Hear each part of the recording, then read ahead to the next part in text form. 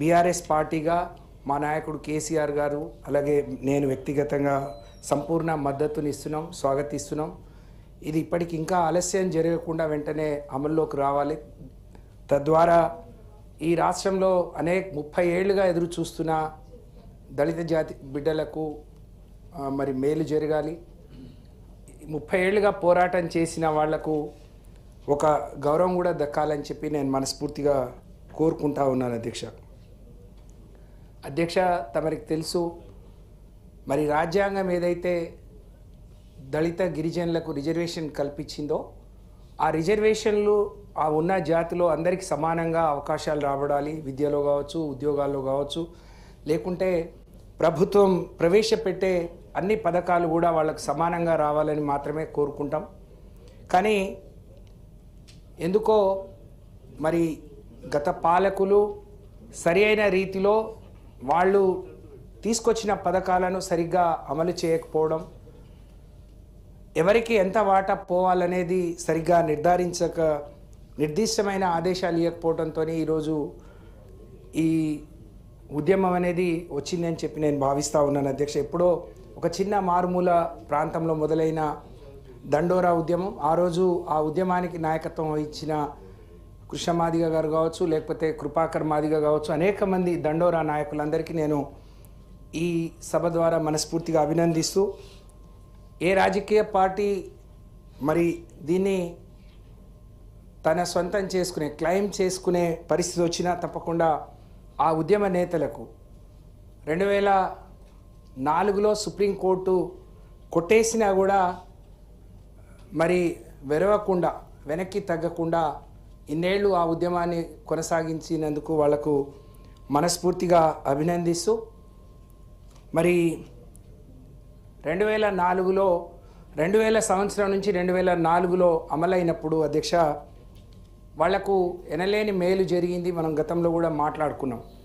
ఎప్పుడైతే 2004లో సుప్రీంకోర్టు దీన్ని కొట్టేసిందో ఆ రోజు నుంచి 2004 నుంచి 14 వరకు కాంగ్రెస్ పార్టీ ఇక్కడ అధికారంలో ఉంది, కేంద్రంలో అధికారం ఉంది. 2014 నుంచి ఈ రోజు వరకు బీజేపీ అధికారంలో ఉంది. జాతీయ పార్టీలని ఇవాళ సుప్రీంకోర్టు ఇచ్చిన తీర్పును నిజంగా వాళ్ళు సాధించిన విజయాలుగా చాలా గొప్పగా చెప్పుకుంటున్నారు.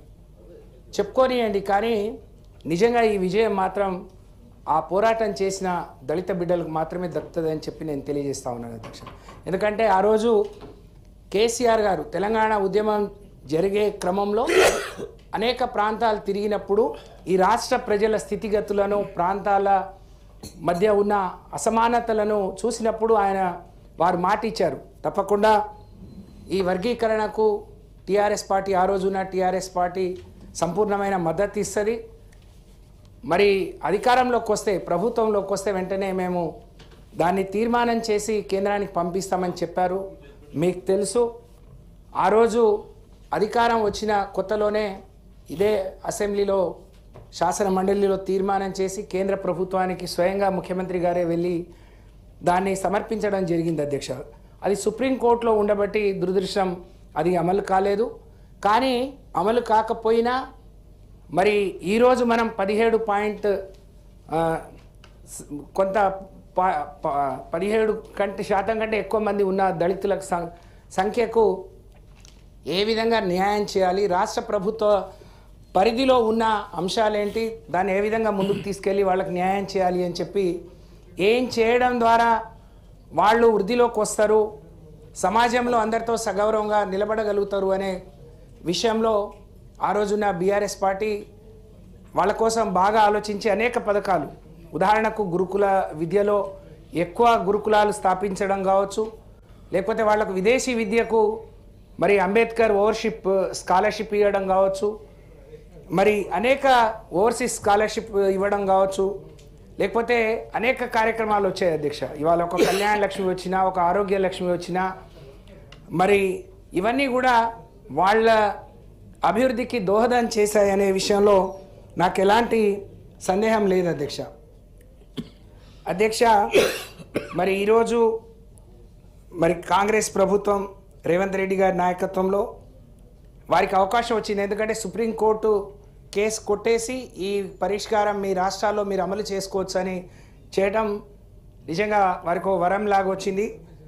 ఈ బిల్లును ప్రవేశపెట్టిన ప్రభుత్వానికి అలాగే గౌరవ మంత్రివర్యులు మా అన్న దామోదర్ రాజనరసింహ గారికి నేను మనస్ఫూర్తిగా అభినందిస్తూ, మరి దీనితో పాటు ఈ బిల్లు చట్టపరంగా మరి ఎవరికి ఎలాంటి ఇబ్బంది లేకుండా ఉన్న రిజర్వేషన్లోనే మనము మరి 3 వర్గాలుగా వాళ్ళని విభజించి అమలు చేస్తున్న క్రమంలో నాకు నా ఒక ప్రధానమైన డిమాండ్ అభ్యర్థన ఏదైనా అనుకోండి అధ్యక్ష.